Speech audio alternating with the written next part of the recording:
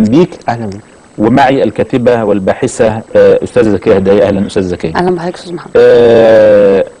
استاذ فاضل، انا عايز اشكرك للموقف الشجاع اللي انت عملته مع قناه الحظيره منذ عده ايام، لما حاولوا يعني يزنقوك وقال ايه هيحرجوك يعني على موضوع المشير، فانت قمت عملت تحيه عسكريه على الهواء فاصبت مذيع الحظيره بحاله من هو حصل له ايه؟ انا فجاه كده كتمته.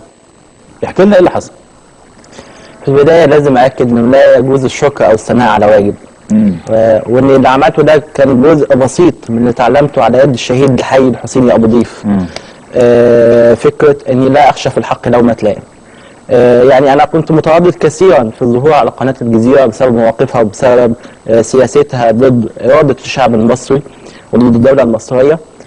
لكن لما ظهرت واتيح لي ان انا اطلع على التقرير اللي كان فيه قدر كبير من الاساءه للشعب المصري والجيش المصري، ولما علمت ان الضيف اللي معايا هو الاستاذ وائل عباس اللي كان معظم كلامه فيه قدر كبير من الاهانه للشعب المصري والاختيارات الشعب المصري، كان لابد ان اوجه التحيه للجيش المصري العظيم وللتضحيات العظيمه اللي بيقدمها ضباطه وجنوده في سبيل الدفاع عن الوطن وفي سبيل مواجهه الارهاب الاسود من قبل جماعه الاخوان الارهابيه.